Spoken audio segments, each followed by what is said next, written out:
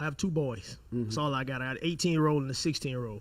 My 18-year-old is out of the house, which would be my oldest son with my wife. Okay, I got a 16-year-old as well. He used to stay a couple of hours away from me. His mom called. He was in elementary school. She said, "Hey, I'm having issues. I need help." So I came. 16 or 18? 16. Okay. So I come and I get him out of elementary school, and he stays with me up until 9th grade. And he goes back every summer to visit his mom. So this summer he asks, he keep begging, "Can I stay? Can I stay? Can I stay?" She called me. "Just let him stay. Let's just give it a try." Okay. We come into an agreement. I said, "Listen, if something goes wrong, call me. Let me know." Well, within a year, this boy got into so much stuff. She called me at midnight and said, "Hey, look, I need you to come get your son." And I come, I pick him up, I bring him back to the house, get him in school, get him registered. And one of the issues that we were having at home, when he was with his mom, he wanted to smoke. And there's some other stuff he wanted to do. I'm against that, And my dad was on my throat for any and everything I did. So I find out about it. Oh, man, I go off. My dad was, they say you can't beat your kids now. Well, so I'm going to deal with this when he get out of school. I took his phone from him. My 16-year-old got a phone from another kid, called his mom. "Hey, Mom, listen, I'm not going back to Dad. He's upset and da-da-da-da-da. Can you give me my aunt's number?" So she passes him, give him the number to his aunt. She comes, picks him up from school. I don't know nothing. I go to the school to pick him up because now I done found some other stuff in my house. I called him to the office. He don't show. A few hours passed, and my wife was like, "Hey, did you call his mom?" I'm like, "No, I ain't talked to her. I don't want to talk to her." Well, she called her. This is what she said to my wife. He called me, but I don't know where he is. And then a few minutes later, she sends me an address. She said, "I don't want you to call my sister because I'm afraid he's going to run off." So at this moment, I said, "You know what? I tell you what. You call for my help more than once. I come. I'm doing what I'm supposed to do as a father. I'm doing everything that I possibly can, and you're still coming behind my back." I told her, I said, "The only way my son can come back in my house, I got to cut all communication off with you. He has to cut communication off with you because you are the problem." With his mama? Yes. Now, wait a minute. The only reason I said that was because my son is bigger than marriage. It's bigger than smoking. Hey, dog, let me stop you right here. Because you can take this story, you can tell it any kind of way you want to. I got 3 sons. I'm just going to tell you, man to man, what you got to do. See, the problem ain't the mama. The problem ain't the mama, dog. The problem is the time that you was missing in his life. That's the problem. It ain't the mama. You can't blame the mama because she ain't a man. She can't turn this boy into the man. You the only one can. You can't tell a boy not to ever call his mama. You can't do that, dog. I'm just on the real. No, and I agree.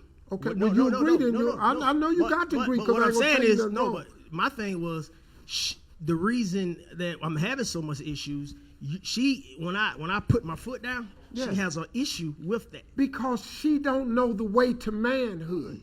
That's all, man. I got a whole foundation set up that handles boys from fatherless homes that lives in homes headed up by women. So I understand that issue. But all I can do is talk to you man to man, the part that you can control. That's just it. I don't know your wife. I don't know what she's saying to him, but they don't know what to say, bruh, sometimes. This boy's 16 years old. He dealing with stuff she ain't got no answers to because she don't know. She just doing the best she can. She coddling him, nurturing him, babying him, because that's what they do. That's her baby. A lot of times they don't know when to cut it off. A woman's idea of helping you is loving you. See, and they love their children unconditionally. The difference between men and women is we love you based on certain actions. I got 3 boys. I know exactly what's happening here. I had a son that was trouble, that was acting out, but he was acting out because I was absent. You understand? You got to get your boy, You got to kill the, when I see you, I'm kicking your ass. I know you want to, because that's what your daddy did. But you can't raise these kids like that no more, because you gave him a different cut than the one you had. See, one of the biggest mistakes I made was I tried to raise my sons the way my daddy raised me. But I done messed around.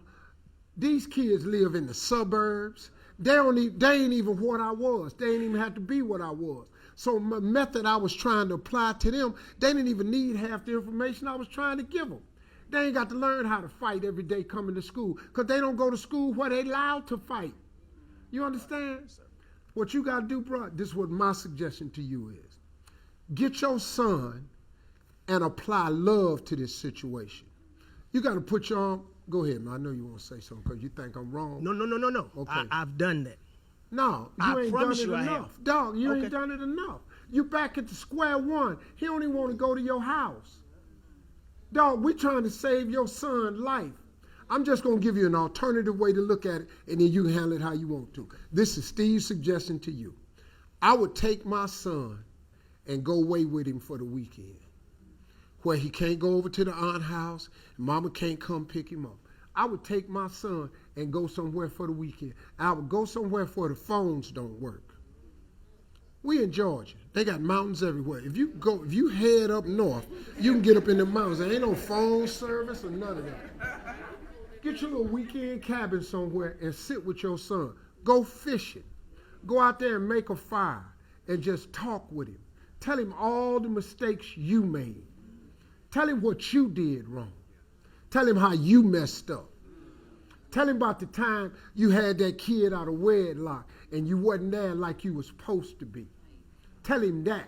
And tell him, had you done it differently, it might have worked out differently. Tell him how you were sorry for how you left him out there them times right there. And you probably was the cause of it. See, kids will listen to you when they think you care about them. I had to start listening to my sons, what they wanted to do, what they wanted to do with their life, man. I had to start listening to them. See, now me and my son, my youngest son, 24, my oldest is 30. We sit down, we talk sometime.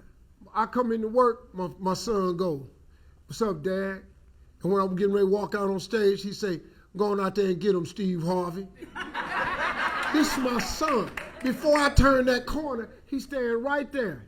He said, "Going out there and get him, Steve Harvey." Because he know, because we got a relationship now where I'm his father first. But we got a friendship too. Take your son away and win his heart back. Yes, sir.